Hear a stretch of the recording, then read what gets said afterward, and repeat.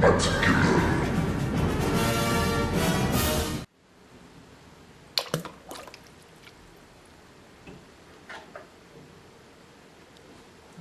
bande d'énervés, et bienvenue dans cette séquence. Scattergaming. Terminator Renaissance.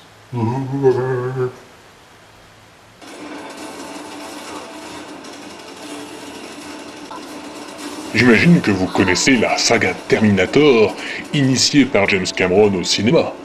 Cette épopée relate l'affrontement des hommes contre les machines à la sauce Voyage dans le temps. Ce jeu développé par Green et édité par Warner Interactive est donc la licence du 4e film qui est en même temps le premier épisode d'une nouvelle trilogie. Vous me suivez ? L'histoire du jeu se passe scénaristiquement avant les événements du long métrage, un concept d'ailleurs de plus en plus courant quand il s'agit d'une licence. Le joueur incarne John Connor, le futur libérateur des survivants du jugement dernier.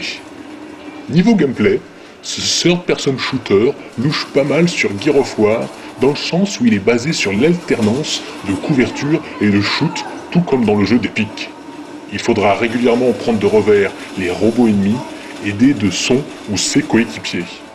A noter quelques passages de rail shooting également présents, que ce soit à l'arrière d'une Jeep ou aux commandes d'un moissonneur, des moments d'ailleurs pas très passionnants.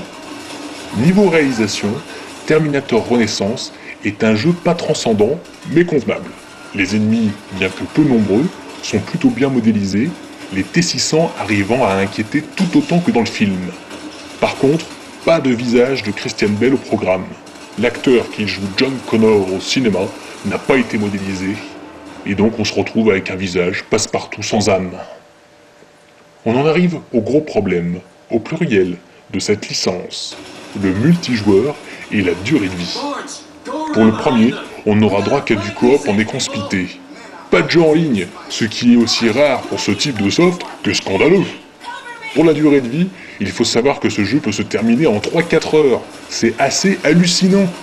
Alors c'est peut-être un hommage au premier Terminator sur Mega Drive, qui, pour la petite anecdote, pouvait se terminer en moins d'une demi-heure. Mais bon, pour un jeu sur PlayStation 3 ou Xbox 360, ça fait mal.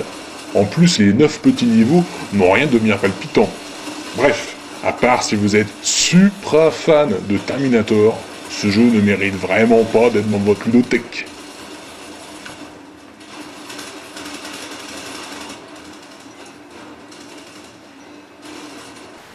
Alors, une idée de recette quand vous êtes fait sodomiser par un jeu de merde comme celui-ci. Alors, c'est pas compliqué, hein. En ingrédients, il vous faut le jeu de merde, un marteau, et puis vous déchaînez.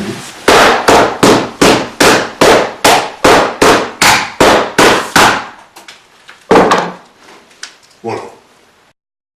3 sur 10.